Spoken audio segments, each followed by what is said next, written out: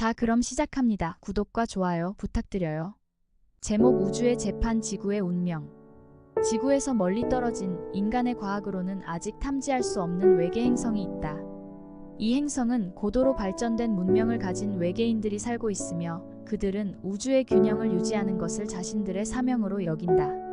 이 외계인들은 오래전부터 지구를 관찰해왔고 지구의 발전 속도가 위험하다고 판단했다.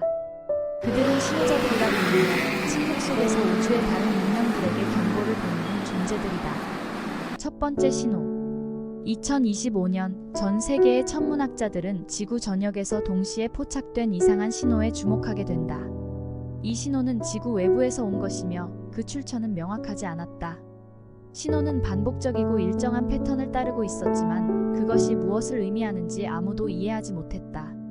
전 세계의 연구기관과 천문학자들은 이 신호를 해독하기 위해 협력했지만 그 의미를 완전히 해석하는 데는 실패했다. 신호는 점점 더 강해졌고 동시에 전 세계의 전자기기에서 이상한 오류들이 발생하기 시작했다. 인터넷, 통신 시스템, 위성 네트워크가 간헐적으로 불안정해졌고 사람들은 이 신호가 단순한 자연현상이 아님을 깨닫기 시작했다. 일부 과학자들은 이 신호가 지구를 향한 외계 문명의 메시지일 가능성을 제기했지만 대부분의 사람들은 이를 황당한 추측으로 여겼다. 두 번째 신호. 몇 달이 지나자 신호는 새로운 형태로 나타났다. 이번에는 지구 전역의 주요 도시 상공에 이상한 빛이 나타나기 시작한 것이다. 이 빛은 너무도 강렬해서 낮에도 선명하게 보였다. 빛은 무작위로 나타났다가 사라지기를 반복했으며 그 빛이 나타난 지역에서는 이상한 전파 방해와 정전 현상이 일어났다. 과학자들은 이 빛이 신호와 연관이 있다고 확신했다. 그러나 여전히 이 신호의 목적을 이해하는 데는 한계가 있었다. 빛의 정체와 그것이 지구에 미치는 영향을 분석하기 위해 수많은 실험과 연구가 진행되었지만 명확한 답은 얻지 못했다. 정부와 군대는 사태의 심각성을 깨닫고 비상사태를 선포했다. 각국은 협력하여 이 신호의 출처를 찾아내고 이에 대응할 수 있는 방법을 모색하기 시작했다. 그러나 이러한 노력은 신호의 본질을 파악하지 못한 채 공허한 시도로 끝나버렸다. 세 번째 신호자들의 등장. 전 세계가 혼란에 빠져 있는 가운데 신호자들은 그들의 존재를 드러내기로 결정했다. 그들은 인류의 모든 전자기기를 통해 메시지를 보내왔다. 텔레비전, 라디오, 인터넷, 스마트폰 할 것 없이 모든 통신장치에서 동일한 메시지가 송출되었다. 그 메시지는 매우 단순했다. 인류는 곧 시험을 받게 될 것이다. 이 시험은 지구의 운명을 결정할 것이다. 이 메시지가 전 세계에 퍼지자 사람들은 공포에 휩싸였다. 신호자들은 자신들을 소개하지 않았지만 그들의 존재가 이제는 분명해졌다. 인류는 더 이상 단순한 자연현상이나 기술적 오류로 이 사태를 설명할 수 없었다.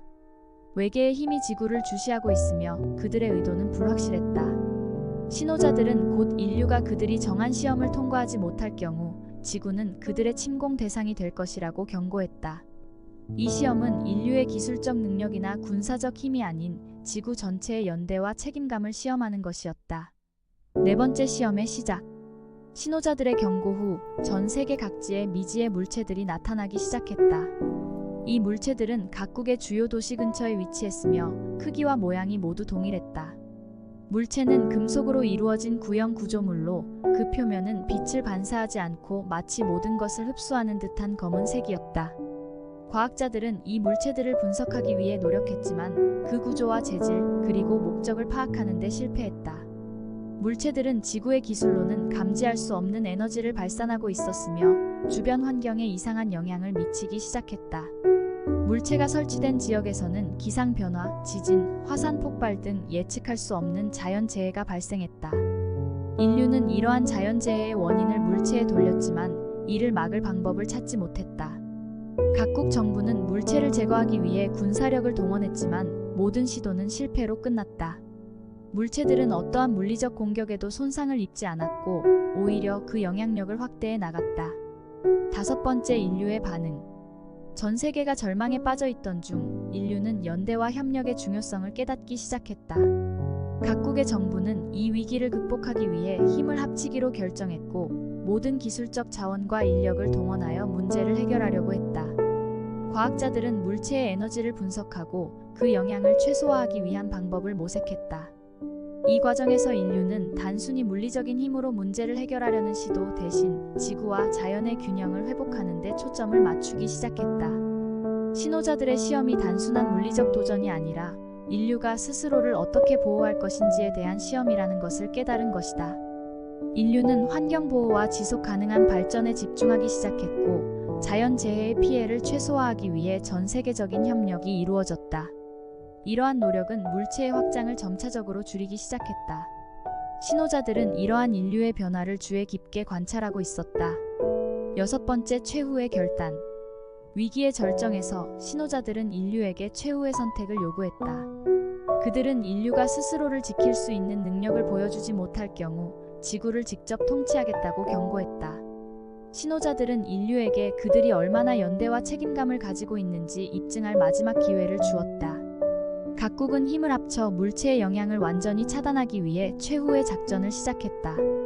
이 작전은 단순한 군사적 대응이 아니라 전 세계가 하나가 되어 자연과의 조화를 회복하는 것을 목표로 했다. 인류는 마침내 신호자들이 무엇을 원하고 있는지를 깨달았고, 그 요구를 충족시키기 위해 노력했다. 신호자들은 인류의 이러한 노력에 주목했다.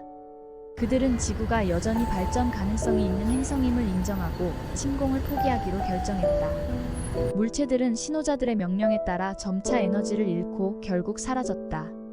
새로운 시작. 위기가 종료된 후 인류는 신호자들이 남긴 메시지를 되새기며 새로운 시대를 맞이했다. 지구는 이제 신호자들의 감시 아래 있지 않지만 그들의 경고는 인류에게 큰 교훈을 남겼다. 인류는 지구를 보호하고 자연과 조화를 이루며 살아가기 위해 지속적인 노력을 다짐했다. 이제 지구는 더 이상 신호자들의 시험을 두려워할 필요가 없었다. 인류는 그 시험을 통과했으며 앞으로도 지구를 지키기 위한 책임을 다할 것이다. 신호자들은 인류에게 마지막 메시지를 남기고 먼 우주로 떠나며 그들의 임무를 마쳤다.